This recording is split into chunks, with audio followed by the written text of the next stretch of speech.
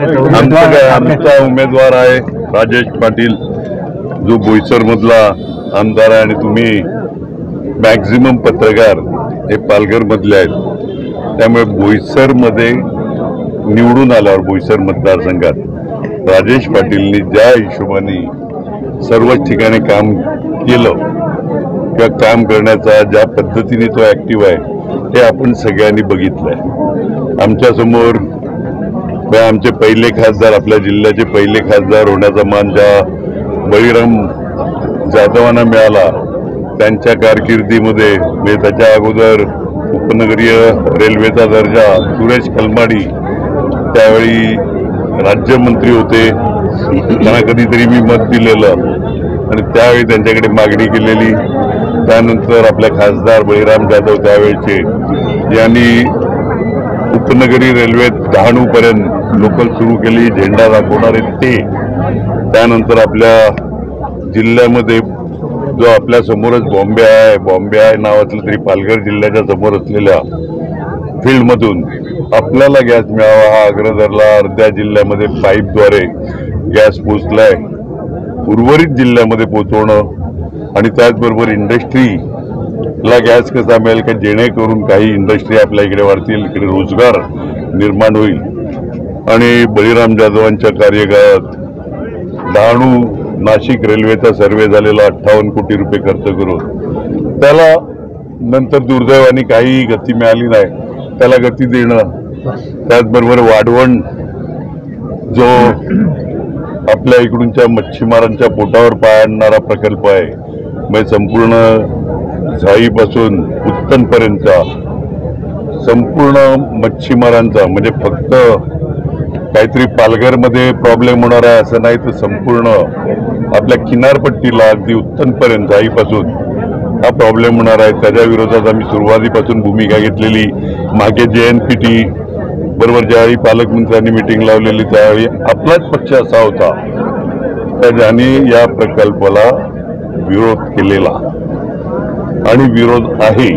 त्यावेळी एकही आमदार, एकही खासदार, राज्यसभेचा असेल, विधान परिषदेचा असेल, विधानसभेचा असेल, ते बोलत नसताना त्यावेळी पालकमंत्री आणखीन JNPTचे जे त्यावेळीचे सेठी म्हणून होते त्यांच्या समोर विरोध करणारे आम्ही आहेत। आपल्या इथे काही गावाचा पिण्याचा प्रश्न आहे, पूर्वपट्टीत खास करून त्या ठिकाणी पाण्याचा प्रश्न, कनेक्टिव्हिटी, म्हणजे आता फेरी बोट वसई भाईंदर झाली, त्याचप्रमाणे विरार सफाळा लवकरच ती फेरी बोट देखील चालू होईल। आणि त्याचबरोबर MMRDAच्या माध्यमातून एक नायगाव ब्रिज आणि दुसरा वैतरणा खाडी, म्हणजे वसई खाडी आणि वैतरणा खाडी ह्याच्यावरचे ब्रिज आम्ही टाकलेले आहेत। त्याच्यावर आम्ही योग्य ते सगळे ऑथॉरिटीकडून मान्यता देखील घेतलेली आहे। त्याचं देखील काम लवकरच होईल का, जेणेकरून कोस्टल हायवे जो आपला पालघरमध्ये अडलेला आहे तो थेट मुंबईपर्यंत कसा जाईल ही कनेक्टिव्हिटी बघण्याच्या दृष्टीने आमचे प्रयत्न राहतील। पहले सभापति बना जनरल सीट पे, उसके साथ साथ आपने उनका पूरा 4.5 साल पूरे जिले ने देखा है, जिस हिसाब से वो सभी जगह पे एक्टिव रहे, फील्ड पे एक्टिव रहे, गांव गांव जाना। 4.5 साल में एक दिन ऐसा नहीं होगा कि उनको बुलाया गया और वो आए नहीं। आज हमारे सामने जो हमारे अपने जो पहले खासदार थे, उन्होंने जो दानू तक रेल नई शटल चालू की, उसमें बढ़ोतरी कैसे हुए वो देखना।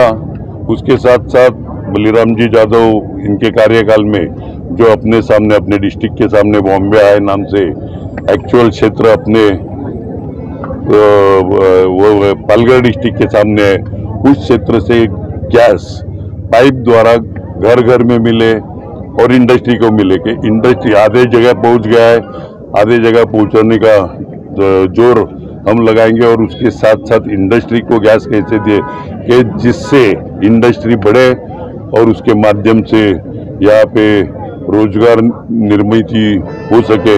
उसके साथ साथ दानू नासिक जो रेलवे लाइन का सर्वे बलिराम जी यादव के कार्यकाल में 58 करोड़ रुपए खर्च करके हुआ, उसका दुर्भाग्य से अपने खासदार न रहने पे किसी भी आदमी ने, किसी भी एमपी ने जो दिल्ली में फॉलोअप रखना था वो नहीं किया, तो वो वापस एक बार आगे कैसा बढ़ाया जा सकता है कि जिसके माध्यम से आदिवासी इलाके का अच्छा डेवलपमेंट, अच्छी कनेक्टिविटी हो। MMRDA के माध्यम से हमने जो वसई क्रिक पे वसई भाईंदर और विरार सफाला एमबी कोड़ावे जो ब्रिज मंजूर करके लिया है वो जल्दी में जल्दी चालू करना। उसके साथ साथ फेरी बोट जो वसई से भाईंदर चालू की, वैसे ही उसी वो ब्रिज होने तक और विरार से टेम्बी खोड़ावे तक फेरी बोट कैसे चालू की जाए और वो आते 2-3 महीने में किसी भी हालत में चालू करने के हिसाब से हम काम कर रहे हैं। इसके साथ साथ जो आदिवासी इलाका है वहाँ पे कनेक्टिविटी और पानी के जो प्रॉब्लम है उस हिसाब से भी हमारे एमपी काम करेंगे। सर, देखा जाए कि एनडीए ने या बीजेपी गठबंधन ने पीछे दावा किया था कि आप उनके हिस्सा हैं, लेकिन उनके दावों में कितनी सच्चाई थी, क्योंकि आप अलग अलग फॉर्म भर रहे हैं? कौन दावा करते हैं वो मुझे क्या मालूम, वो उनको ही मालूम है। सवाल उनसे पूछना बनता है कि बहुजन विकास आघाड़ी अगर फॉर्म भर रही है तो वो मेरा फोटो क्यों लगा रहे हैं, ये तो मुझे मालूम नहीं। और मैंने पहले दिन डिक्लेयर किया कि हमारा कैंडिडेट रहेगा। बहुजन विकास आघाड़ी का मुख्य मुकाबला किससे है, महाविकास आघाड़ी से या भारतीय जनता पार्टी? हम 1 नंबर पे है, बाकी के 2 जन 2 नंबर के लिए लड़ रहे हैं। सर, ये पालघर ट्राइबल एरिया है सर, ये पालघर ट्राइबल इलाका है, यहाँ पे कुपोषण के बहुत सारे मामले सामने आते हैं और कई जो ट्राइबल एरिया है वहाँ पर पानी की बड़ी समस्या, उसको कैसे? तो वही तो मैंने कहा कि पानी के जहाँ पे ट्राइबल एरिया में प्रॉब्लम है वो छुड़ाना, और कुपोषण खाली कुछ टेम्पररी उपाय करने के बजाय यहाँ के लोगों को रोजगार कैसे बढ़े उस पर अगर फोकस किया जाए तो सही माध्यम से उनको रोजगार, टूरिज्म के माध्यम से, जवाहर जैसा अपने इधर हिल स्टेशन है या दूसरे, दिक्कत यह आती है कि ज्यादा में ज्यादा ट्राइबल जगह है, उस वजह से कुछ डेवलपमेंट नहीं हो रही, तो उसमें से रास्ता कैसे निकाल के आगे टूरिज्म और कनेक्टिविटी अच्छी हो के रोजगार कैसा निर्मित हो वो देखेंगे। कोणाला काही थँक्यू। लोकनेते आमचे यतींद्र ठाकूर आणि आमचे कार्यकर्ते यांच्या विश्वासावर, यांच्या मेहनतीवर ही पालघर लोकसभाची निवडणूक ही जिंकण्यासाठी मी आज उमेदवारी अर्ज भरलेला आहे। आमचा मूळ मुद्दा विकासाचा आहे, आमचा अजेंडाच विकासाचा आहे। आम्ही गेली 30 वर्षे आप्पांच्या नेतृत्वाखाली काम करत असताना आम्ही या वसईमध्ये, पालघर जिल्ह्यामध्ये फक्त विकास हा अजेंडा घेऊनच आम्ही चाललेलो आहेत। त्याच्यामुळे आज आमची ताकद बऱ्यापैकी या पालघर जिल्ह्यामध्ये आहे। 3 आमदार आमचे आहेत, ठाणे जिल्हा मध्यवर्ती बँक आमची आहे, ठाणे पालघर जिल्हा परिषदेमध्ये सभापती आमचे आहेत, प्रत्येक तालुक्यामध्ये आमचे सभापती आहेत, सरपंच आहेत, ग्रामपंचायत सदस्य आहेत, जिल्हा बँकेचे संचालक आहेत, कृषी उत्पन्न बाजार समित्यांचे संचालक आहेत, आदिवासी जंगल कामगार सोसायटीचे चेअरमन आमचे आहेत आणि आम्ही स्वतः आदिवासी समाजामध्ये चळवळीमध्ये काम करतो। त्याच्यामुळे सामाजिक आणि विकासात्मक हा अजेंडा आमचा मूळ असल्यामुळे ह्या पालघर जिल्ह्याची निवडणूक आम्ही विकासासाठी लढणार आहोत, एवढं मला इथे नमूद करायचं आहे। बहुजन विकास आघाडीने युवा नेतृत्व दिलेलं आहे, आदिवासी युवकांसाठी काय कराल? पालघर जिल्ह्याचं जी खासदारकीचं जे आरक्षण आहे अनुसूचित जमातीसाठी राखाव जरी असलं तरी हा पालघर जिल्हा बहुजातीय, बहुधर्मीय आणि बहुभाषिक असा आहे। मी ज्या जमातीचा आहे, आदिवासी जमातीचा आहे, मला एक आनंद आहे की ह्या जागेवर माझी निवड केली आणि त्याच्यामुळे स्वाभाविकपणे फक्त आदिवासीच हा घटक इथे समाविष्ट नसून इथे अनेक विषय आहेत। आपला पालघर जिल्हा हा नागरी, सागरी, डोंगरी औद्योगिक क्षेत्र इथे आहे, नागरीकरण वाढलेलं आहे। त्याच्यामुळे फक्त आदिवासी समाज आहे असं नाही, सगळ्या समाजाची इथे राहणारी जी मंडळी आहे त्यांचा विकासाच्या दृष्टिकोनातून इथे काम करणं खूप महत्त्वाचं आहे। आज आपण जी निवडणूक लढतोय लोकसभेची, ही निवडणूक लढत असताना आपण इतर निवडणुका लढतो, ग्रामपंचायत असेल, पंचायत समिती, जिल्हा परिषद आहे, विधानसभा आहे, त्याचप्रमाणे लोकसभा। आता लोकसभा निवडणुका का लढतो आपण, कशासाठी लढायच्या असतात? आजपर्यंत ज्या काही निवडणुका लढल्या गेल्या त्याच्यापैकी एक आम्ही निवडणूक 2009 साली जिंकलो। आप्पांच्या नेतृत्वाखाली आमचे बलिराम यादव साहेब इथे खासदार झाले आणि त्यावेळेला आपण दाखवून दिलं की आप्पांचं एक नियोजन एक त्यांच्या सोबत असलेली टेक्निकल टीम काही योजनांचं DPR बनवणं खूप गरजेचं असतो. तो राज्य शासनामार्फत केंद्र शासनाकडे पाठवायचा असतो आणि त्याच्यामुळे त्यावेळचा कालखंड बघितला आपण तर बळीराम जाधव साहेब असताना वसईचा गॅस, वसई हायचा गॅस हा पालघर जिल्ह्यामध्ये आपण आणला. आज इंडस्ट्रीसाठी तो गॅस देऊ शकतो आपण, देण्याचं काम चालू आहे. तो स्वस्त आहे, रोजगार त्याच्याने चांगल्या प्रकारे परवडणार निर्माण होईल कारण त्यांचा खर्च कमी होणार आहे. आज घरोघरी गॅस पाईपलाईन जी वसईमध्ये सुरू झाली, पालघरमध्ये बोईसर सारख्या ठिकाणी सुद्धा घरोघरी ही गॅस पाईपलाईन सुरू झाली. हे श्रेय निवड बळीराम जाधव साहेबांनी केलेल्या त्या योजनेच्या पाठपुराव्यामुळे आणि ते इथे आलेल्या योजनेमुळे एक गोष्ट झाली. दुसरी गोष्ट आपण बघितली ठोस कारवाई म्हणजे डहाणू लोकल सेवा ही चालू केली. आज जी सेवा सुरू झाली, आज किती फायदा झाला हे केंद्राचं काम आहे. परंतु एक निश्चित सांगायचं वाटतं त्याच्यानंतर दुर्दैवाने आमचे खासदार तर 2014 साली पडले एक लाटेमध्ये. त्याच्यानंतर एक फेरी तरी वाढली का इथे? एक सिंगल फेरी वाढेल नाही, लोकसंख्या वाढायला लागली. त्या लोकलच्या फेऱ्या वाढवणं खूप गरजेचं आहे. लोकांच्या खूप मागण्या आहेत. आज आपल्या वसईमध्ये बोईसरमध्ये खूप उत्तर भारतीय समाज राहतो. काय ज्याला बिहारला जायचं, राजस्थानला जायचं, उत्तर प्रदेशला जायचं, अनेक नॉर्थ इंडियामध्ये जायचं. परंतु इथे बोईसर सारख्या ठिकाणी, पालघर सारख्या ठिकाणी किंवा वसई सारख्या ठिकाणी त्यांना थांबा असणं गरजेचं आहे किंवा एखादं जंक्शन होणं गरजेचं आहे. ते आजपर्यंत झालं का? नाही झालं. आपले होते 10 वर्षे खासदार ते गल्ल्यात फिरत राहिले, त्यांना अर्थच कळला नाही.